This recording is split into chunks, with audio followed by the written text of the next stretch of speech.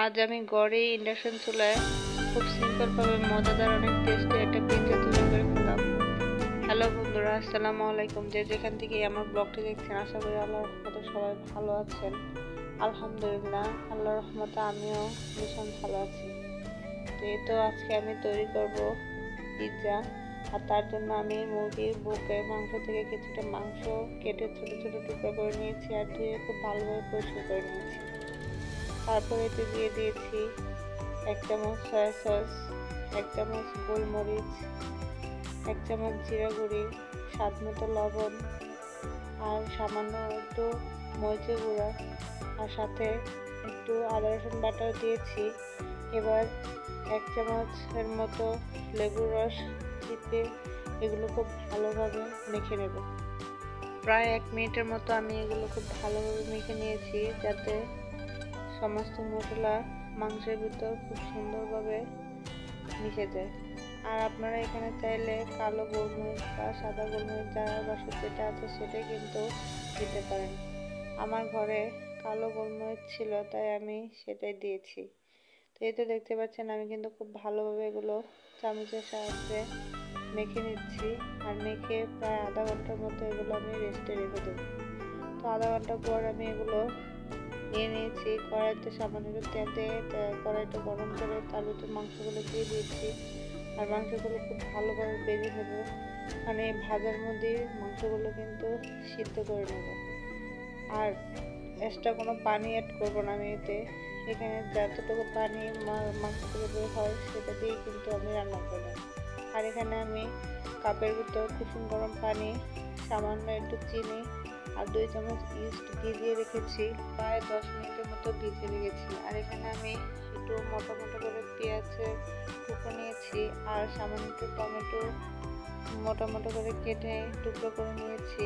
পিৎজাতে add করবো বলে আমার ঘরে তেমন কোনো সবজি ছিল না, যা ছিল তাই দিয়ে কিন্তু আমি খুব টেস্টি একটা পিৎজা তৈরি করার ট্রাই করেছি।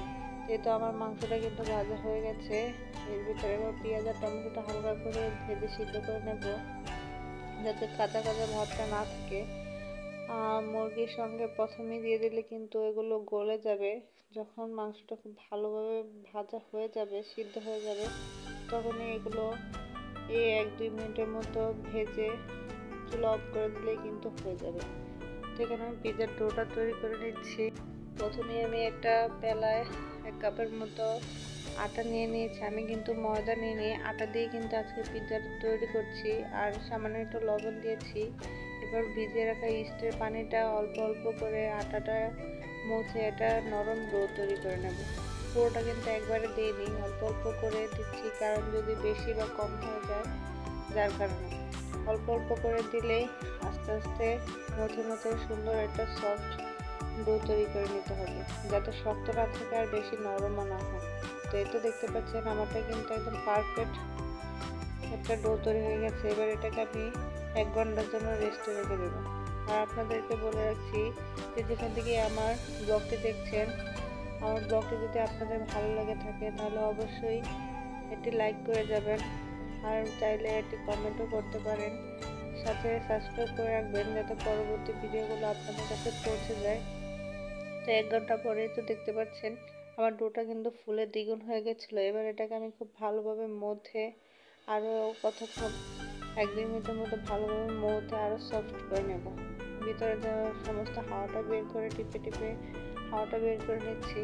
এটাকে খুব ভালোভাবে মধ্যে একটা স্টিলের প্লেটের মতো সেখানে আমি চেপে চেপে এটা রুটি শেপ করে নিয়েছি। আপনারা চাইলে বেলেও নিতে পারেন। আমি হাতের সাহায্যে চেপে চেপে মোটা একটা রুটি শেপ করে নিয়েছি। এবার এটা কাঁটা চামচের সাহায্যে কিছুটা ফুটো করে নেব সাইডে সাইডে। তাতে করে কি হবে, পিৎজাটা খুব সুন্দরভাবে তাড়াতাড়ি বেক হয়ে যাবে। তো এই তো দেখতে পাচ্ছেন আমি সমস্ত পিৎজাটাই কিন্তু কাঁটা চামচের সাহায্যে ফুটো করে নিয়েছি আর সাইডের দিক দিয়ে কিন্তু উঁচা করে দিয়েছি। আর আমার ঘরে পিৎজা সস ছিল না, দোকান থেকে প্যাকেটে পান সস এনেই পিৎজাটা বানাচ্ছি।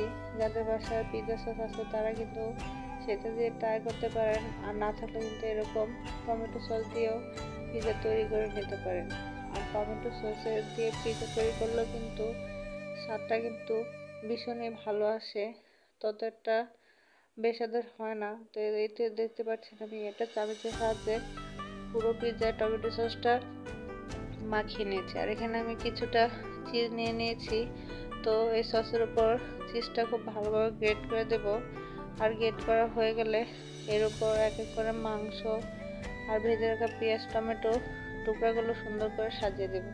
তো এই তো দেখতে পাচ্ছেন আমি কিন্তু খুব সুন্দর করে গ্রেট করে নিয়েছি চিজটা। এবার এর উপর মাংসের টুকরোগুলো এক এক করে সুন্দর করে সাজিয়ে দিচ্ছি। যে যেভাবে পারেন সুন্দর করে সাজিয়ে দেবেন। আর আপনার চাইলে এতে কিন্তু আরও অন্য রকমের টপিংস বা ভেজিটেবল অ্যাড করতে পারেন।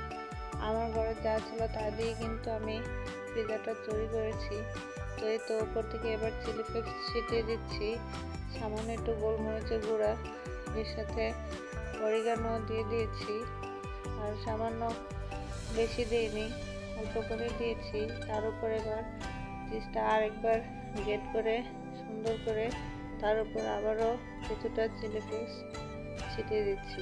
তো এই তো দেখতে পাচ্ছেন মাশাআল্লাহ আমার পিৎজাটা দেখতে কিন্তু ভীষণ সুন্দর হয়েছে। এবার আমি একটা কড়াই গরম করে ইন্ডাকশন চুলার উপর তার উপর পিৎজার প্লেটটা দিয়ে দিচ্ছি। এবার এটাকে আমি 20 মিনিটের মতো কুক করে নিয়েছি। আর তত বেশিক্ষণ রাখতে হয়নি, কারণ ইন্ডাকশন চুলা কিন্তু বন্ধ করে দিলেও কিন্তু অনেকক্ষণ গরম থাকে। তার তাপে কিন্তু আমার পিৎজাটা খুব সুন্দর করে হয়ে গেছে। এবার আমি এটা কাঠের সাহায্যে দেখছিলাম যে আমার পিৎজাটা হয়েছে কিনা, লেগে আসছে কিনা। তো মাশাআল্লাহ দেখতে কিন্তু আমার পিৎজাটা দারুণ হয়েছে। আর খেতেও কিন্তু ভীষণ মজাদার হয়েছে। আমি ভাবতেই পারিনি এই অল্প কিছু উপকরণ দিয়ে যে এভাবে মজাদার একটা পিৎজা তৈরি করতে পারবো। আর আমার পরিবারের সবাই কিন্তু খেয়ে খুব তৃপ্তি পেয়েছে, খুব তৃপ্তির সাথে খেয়েছে আর খুব প্রশংসা করছিল। আজকে এই পর্যন্তই। সবাই ভালো থাকবেন। আসসালামু আলাইকুম।